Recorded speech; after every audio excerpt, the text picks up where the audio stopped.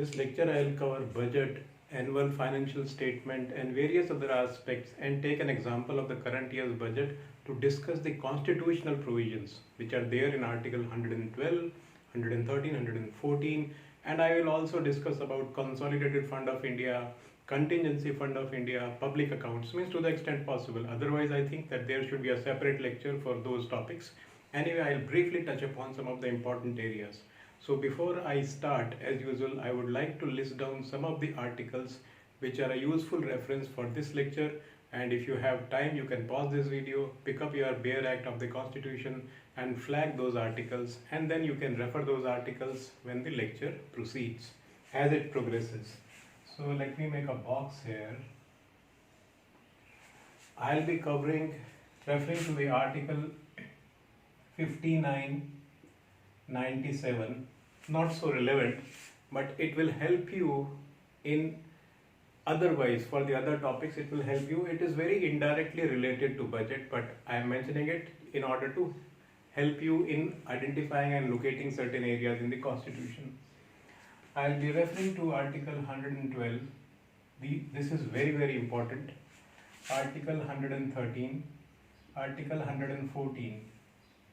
There are other articles which I may refer passing or I may not refer. 115 and 116 may not be required in this lecture, but anyway, these are just nearby only. So if you flag 112, these articles are nearby. I may refer to Article 110 and 199. Means this pertains to union, that pertains to state. This article I may refer. I would also refer to Article 266, 267, 283, 284.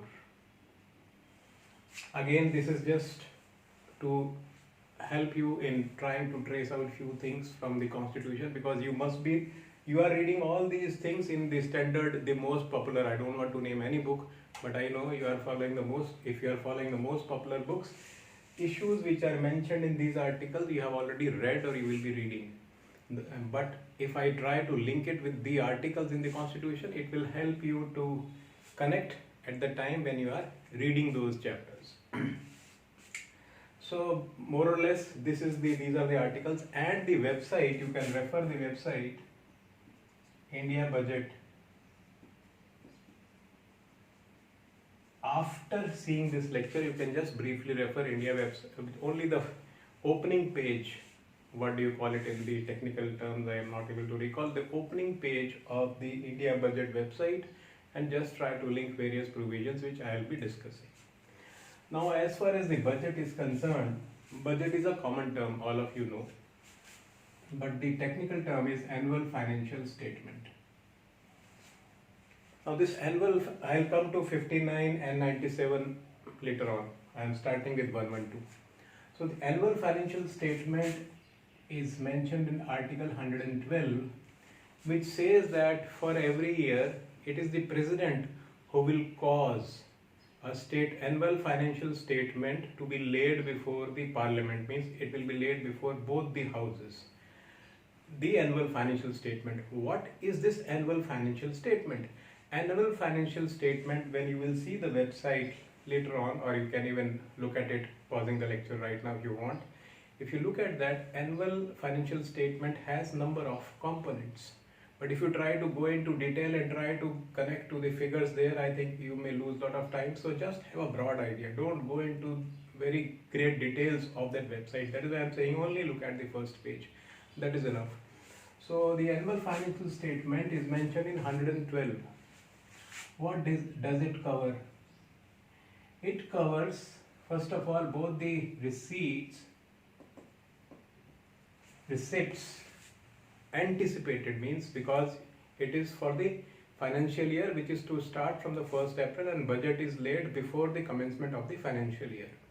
So you only have anticipated, you have based on your planning anticipation, you have said that this much receipt we can get. So expected receipts and expenditure. This is shown as far as the statement for consolidated fund is concerned.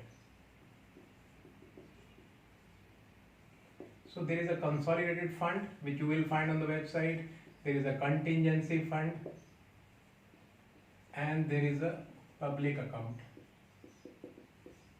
You will see this on the website. These are not mentioned in the article in so many details. Article only says annual. What does the article say? Let me mention that. Article says only annual financial statement. It will show the receipts, expected receipt, and the expenditure. And the expenditure is divided into two broad categories. What are those categories? The expenditure, which is charged, and other expenditure. Now this other expenditure will be shown both as revenue on revenue account and capital account. Capital again is not mentioned in Article 112. It says revenue and other. So the other expenditure will be on two broad heads. Revenue means where you are making an expenditure to run your services like subsidy and the other establishment expenses, pensions. Even for various centrally sponsored schemes and even the central sector schemes, you will have a portion which is the revenue expenditure, means that expenditure which really doesn't result in creation of assets, but the expenditure which results in creation of assets, long-term assets, that is known as capital expenditure. This is a broad definition I am saying. You can go into further details of that, but I think that you need not invest that much of time in understanding those definitions. So this broad categorization we should know. So the expenditure is shown in two broad categories as per Article 112. And this is relevant, this categorization is relevant only when you talk about consolidated fund. Expenditure means you can draw money from consolidated fund. You can draw money from contingency fund. Government can draw it. Not government. It is basically at the disposal of Finance Ministry, which is part of the government. So here it is the Parliament actually. Consolidated fund. All expenditure which you make from the consolidated fund, that can be made only after authorization of Parliament. I'll come to that article. Article 114 and also Article 266. It is very clearly mentioned. Contingency fund. You can make expenditure, but that is at the disposal of executive.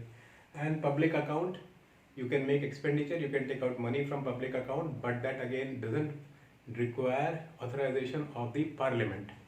So these annual financial statement will show all these three, but if you look at Article 112, basically it is concerned with the Consolidated Fund of India. So in the Consolidated Fund of India, you will have two categories, charged and other. And this expenditure from the Consolidated Fund of India can be made only after Parliament has to authorize. How will Parliament authorize? I'll come to that. There is a whole process for that. Now, what is this charged expenditure? The Article 112 itself very clearly mentions various heads which are declared as various areas which the expenditure when you make in those areas, that is taken as a charged expenditure. Besides, number of articles are there in the Constitution. Say for example, Article 146, which talks about the expenses of the office of the Supreme Court. Article 148 about the CAG. Article 322, I should have mentioned those articles also because that is also important from various point of view. So Article 146, Article 148, Article 322, like there are other articles also. In fact 275 also, if you see, you will find charged. So I'll come to that. I'm just mentioning it. If I find time, I'll cover that also. So what is the charge expenditure?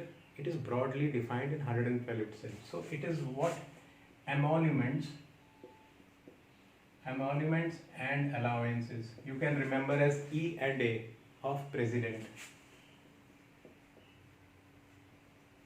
And if you read carefully, this emolument word is only mentioned in case of President. And same word is mentioned in Article 59, which talks about President. So that is why I mentioned Article 59, you can link 59. It mentions emoluments. Salary is not mentioned in case of President. And you can go on now, do further research if you want, but I will not be covering that. What is the technical difference between emoluments and salary? Then it says salary. And it doesn't use the word vice president. It uses the word chairman. So chairman, deputy chairman of the Council of States, or I can say Rajya Sabha, Speaker, Deputy Speaker of Lok Sabha, salary and allowances, S&A you can remember. Then it mentions about salary and pensions of judges, not all judges, judges of Supreme Court, and pension of judges of High Court, because salary of judges of High Court is charged not on Consolidated Fund of India but on the Consolidated Fund of the state, and that is covered under Article 202. Like you have 112, the corresponding provision is there for the state legislature. I think it is 202. I have not mentioned here because I am not covering it. So, pension of judges of High Court. It also mentioned federal judges, their pensions, because when the Constitution had commenced at the time of commencement of Constitution, you had certain retired federal judges of the federal court also, which is not relevant now. It talks about CAG, the salary etc. of CAG. It talks about the debt and sinking fund. Because you have any debt which is there in the Government of India, you can't say whether we pay that debt or not. Charge expenditure means there is no debate there. There is no dispute there. You have to pay. That means the charge means it is directly charged. When I proceed further, you will understand why exactly this debt is a charged expenditure. Then, if there is a decree of court, and then it further says any expenditure declared to be the charged expenditure in this constitution or by law made by parliament. So it's a very wide definition. So what are the additional articles I've already mentioned? You can look at Article 146. It talks about the expenses etc. of the, I think, Supreme Court. 148 talks about the office of the CAG. 322 talks about the Public Service Commission, UPSC, and the State Public Service Commission. 275 talks about the grant in aid of revenue, which is paid to the states which are in special need, and that is paid on the basis of recommendation of the Finance Commission. That is a separate chapter altogether. I will be covering that. And that expenses, grant in aid of revenue which is given, that is treated as charged expenditure as per Article 275. You can refer it. That article is also very important. But please refer the article yourself, 112, because I might have committed some error. It is very difficult to gather all your thoughts together, especially when you are standing in front of camera, but I tried to gather my thoughts, and to the best of my ability I try to make the current entries. But if there is any mistake, forgive me and correct yourself. That is why I am saying watch this lecture by keeping Constitution with you. If you don't keep Constitution with you, I would advise you not to watch it, because if I commit any mistake, that should not go to your mind. Means it should not be a mistaken fact, should not be registered by you. So whatever facts which I believe are facts are mentioned by me should be cross-checked by you in the Constitution, and see whether the facts which I say are facts are really facts as per your assessment. And in the process you will also have a better understanding, and it will help you in memorizing the things. Not only memorizing, basically you should understand the concept. So the charge expenditure and the other expenditure will be shown in the consolidated fund. So there is statement 1, there is statement 1A, and there is statement 2, something like that. If you open the website of the Budget India, you will find these statements there. When you look at those statements, you will find a lot of details. You will find capital, revenue, but just remember the broad things. But don't try to start analyzing those statements. If you start analyzing those statements and try to link it with the budget, I have covered the budget, broad areas of the figures in the budget in my previous lecture, which is on fiscal deficit and revenue deficit. You may like to refer it. So, but if you go into those details, I think you will get slightly confused. So and you will end up spending a lot of time, and time is essence if you are preparing for some important examination. So you have to be very careful and very watchful how you spend your time. Go only up to that depth which is required. You are not supposed to do PhD or research in this area. Now, I have spoken enough about annual financial statement. What happens after annual financial statement? Annual financial statement is when it is laid, the discussion can take place. Means in both the houses, discussion takes place. Now, after having placed the annual financial statement which has the demand for grants, this expenditure, which is revenue and capital, other, is presented in form of demand for grant. And this demand of grant is covered by Article 113. Article 113 deals with the process how the estimates are to be dealt. Estimates means you have the estimates for the expenditure, estimates for the revenue, but the real approval you need as a parliament when you make the expenditure. As far as the receipts are concerned, receipts basically will depend on what kind of taxing proposals we are having. If you have heard the budget speech, you will notice number of tax proposals, amendment in the Income Tax Acts, indirect tax, GST. So there are changes in various other acts also, SEBI Act and all.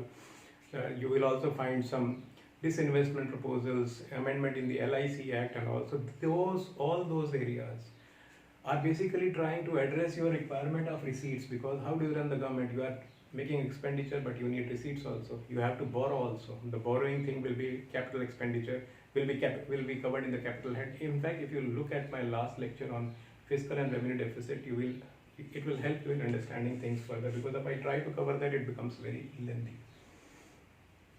So now you have the demand for grants. Demand for grants can be laid only before Lok Sabha. This is a very, very important, means demand means it will be voted only by Lok Sabha. It is laid before Lok Sabha, it is placed before Lok Sabha, and it is laid after approval of the President. So you have demand for grants, which is basically your expenditure details, capital head and the capital and the revenue head, and that is placed before Lok Sabha. It is only the Lok Sabha which votes on the demand for grants. So before the voting in Lok Sabha takes place on the demand for grants, the demand for grants are examined by various departmental standing committees. So I should have mentioned standing committees also, but that is not covered in the article of the Constitution. Standing committees basically departmental standing committees are extended arm of the Parliament, because Parliament as a whole body cannot look into all the details. So the work is divided amongst small subgroups, we can say, these committees. So departmental standing committees have 31 members. There are from Lok Sabha, 21 from Lok Sabha and 10 from Rajya Sabha.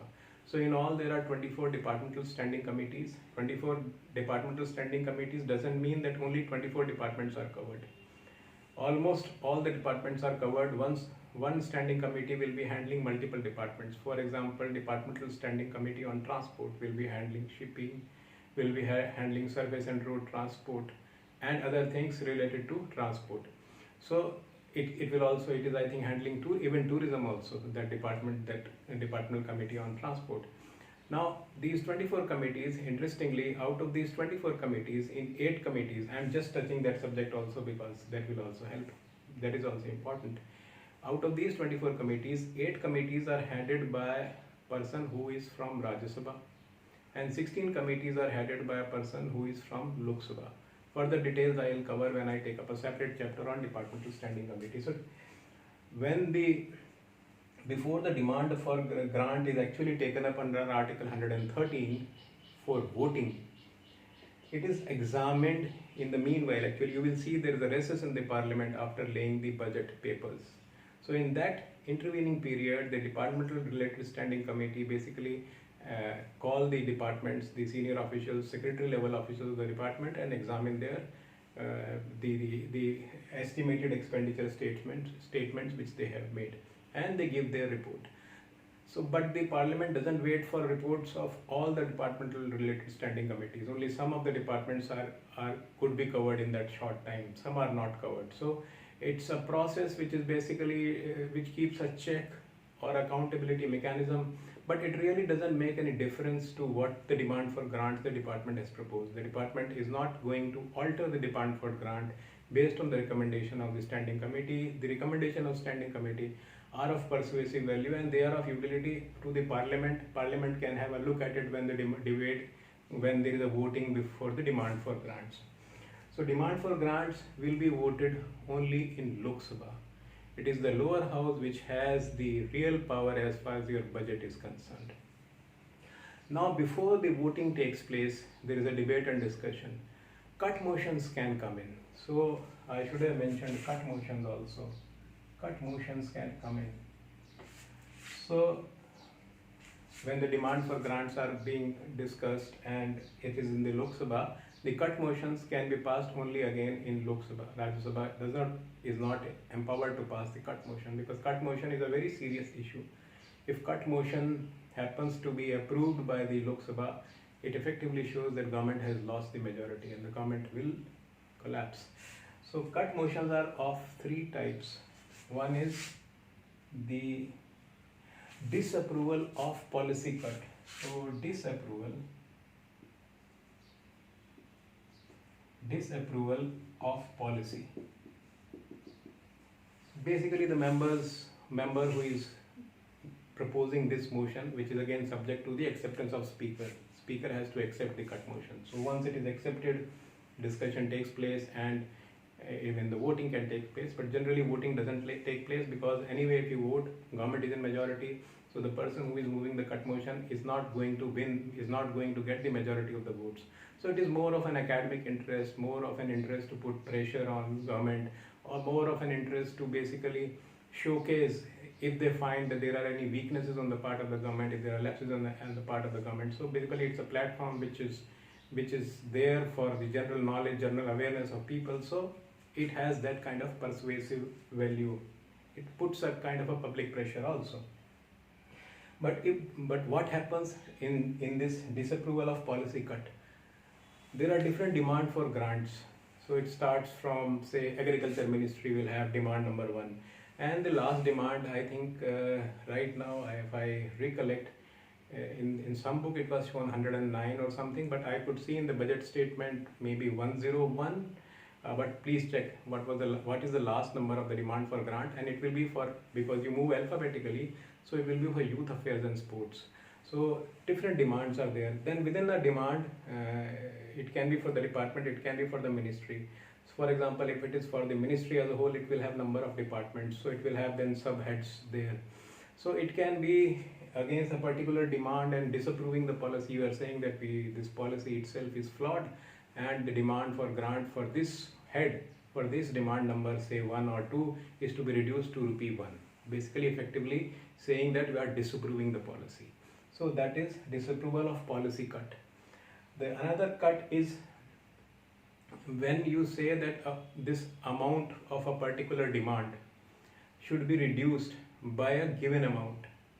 So that is basically economy cut. You are trying to have economical expenditure for the purpose of having better economy and efficiency.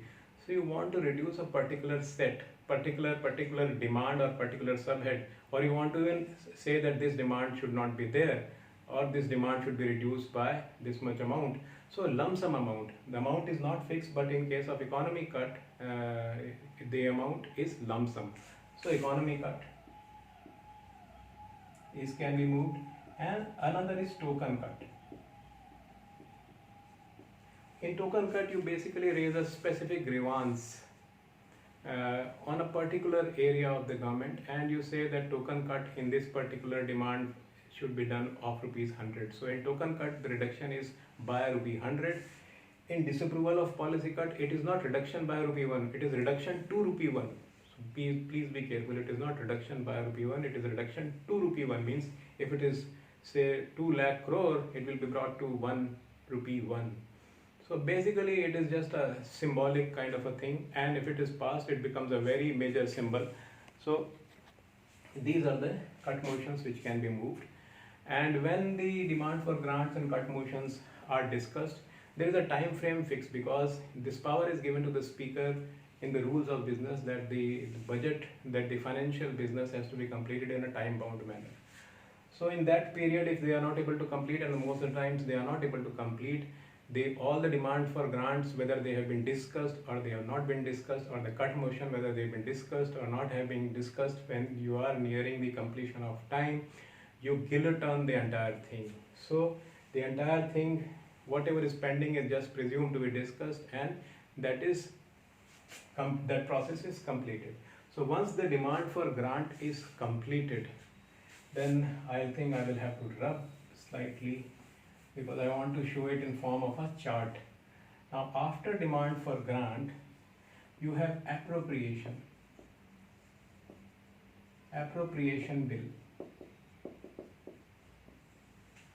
This is the most important part. In appropriation bill, you will show both the things. One is the charge expenditure, another is the demand for grants which have been voted by Lok Sabha.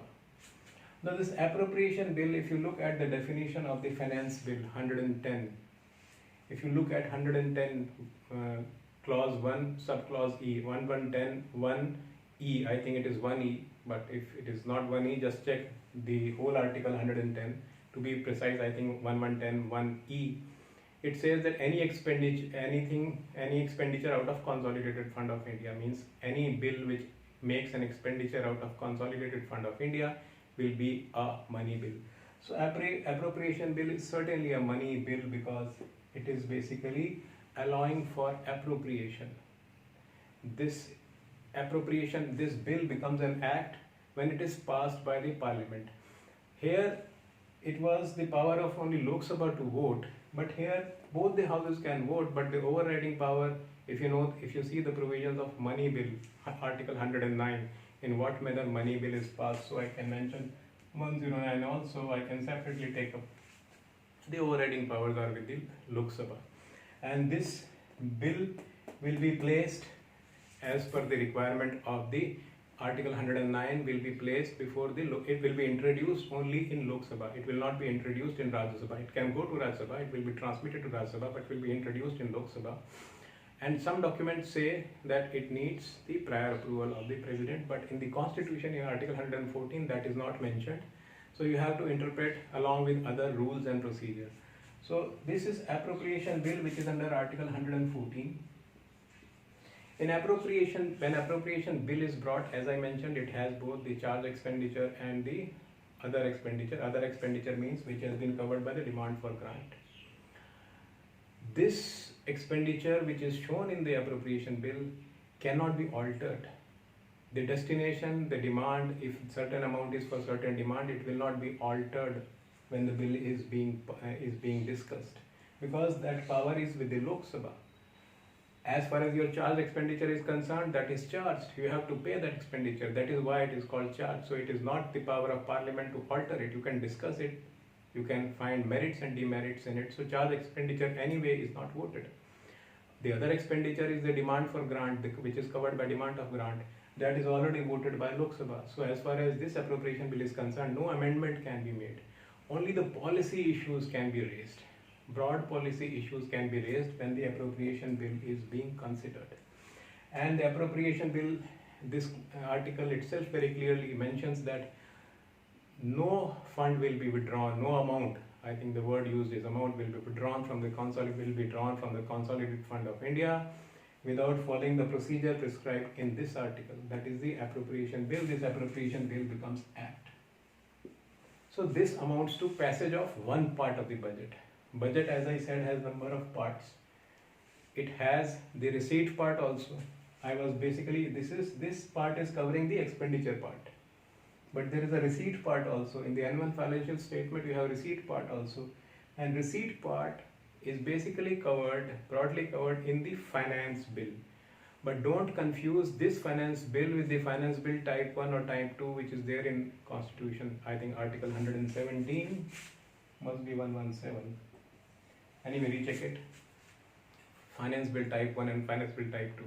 This finance bill which we are mentioning, which is presented at the time of, which is placed before the parliament during the budget discussion, this finance bill, though it is called a finance bill, actually it is a money bill. It is passed as money bill, and it has all the taxing proposals, various taxing proposals like cess on petrol, diesel, whichever has been proposed. These kind of taxing proposals for agriculture which has been proposed, agriculture infrastructure fund. So these are all part of that finance bill which is passed as money bill following the requirements of article 109 and 110. So both these, once you have the appropriation bill and the finance bill being passed, your budget is effectively passed. And there are requirements to pass the finance bill also in a given time frame. It is, I think, 75 days. It has to be, once it is presented, it has to be passed within that time frame, because the financial business cannot be delayed. This is the crucial business of the government. Now, there is another concept of vote on account, vote of credit, supplementary grant, and other which is covered under Article 115, 116, 107, 115, 16, not 70. 117 is for the finance bill. So 15, 16 is basically dealing with supplementary access expenditure. So I think if I cover in this lecture, it becomes very lengthy, but this you can refer. I would like to cover a separate lecture, but I will mention 116 now because it talks about vote on account. Vote on account is taken for 1/6 of the total budgeted expenditure, because if the whole business is not completed, and generally it will not be completed before the commencement of the financial year, so how will the government run? So lump sum 1/6 of the expenditure is passed by Lok Sabha, by the parliament.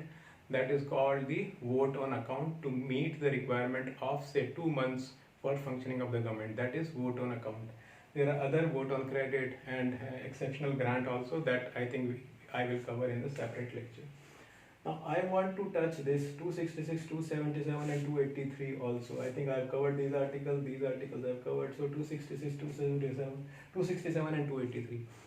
As far as your 283 is concerned, 283 says that custody of consolidated fund, contingency fund and public account, money drawn from these funds, money which is going into these funds, there has to be a process for that. I am saying in my language. The language of the constitution is much different and much better.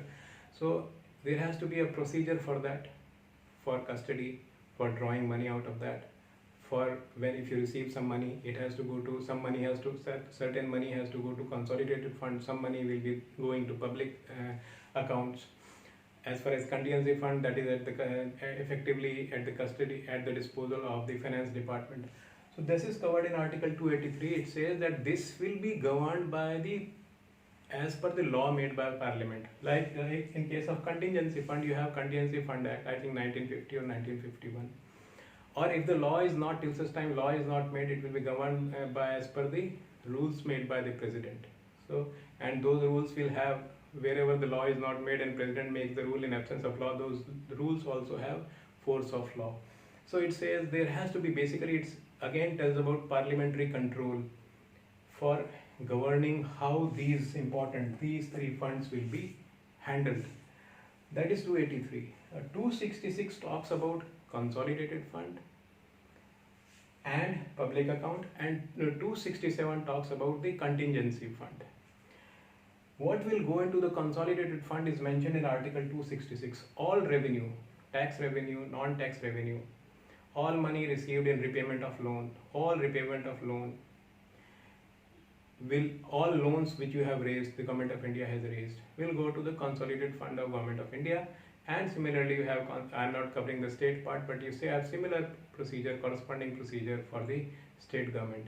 The other monies, they go to public account. Public account, it is mentioned in 266 itself. It mentioned about consolidated fund, what will go to the consolidated fund, what goes to public account. Now, public account, you will say what can go to public account, like small savings fund, the provident funds and all. These are kept in public account. Or there are, in fact, if you look at that statement which is there for public account in the India budget web page, if you go to the further link, you can see various headings are there which will be going to the public account. For that, you read Article 284, which says that all monies which are received by the officers in function of their duties, basically lot of fee, etc., fines, etc., they are collected. They do not go to the consolidated fund. They go to public account. Like all the proceeds of the judiciary, you collect lot of fee, etc., that will also go to the public fund, public account, until it is very specifically mentioned it has to go to the consolidated fund. So there is a demarcation, but major chunk of the money goes to the consolidated fund, and to draw money out of consolidated fund, you need authorization of Parliament, which is mentioned in Article 266 also. So I think I have covered, but I repeat, please recheck whatever I have said in the BEAR Act, because it is very difficult to organize this much of thought and speak in front of camera.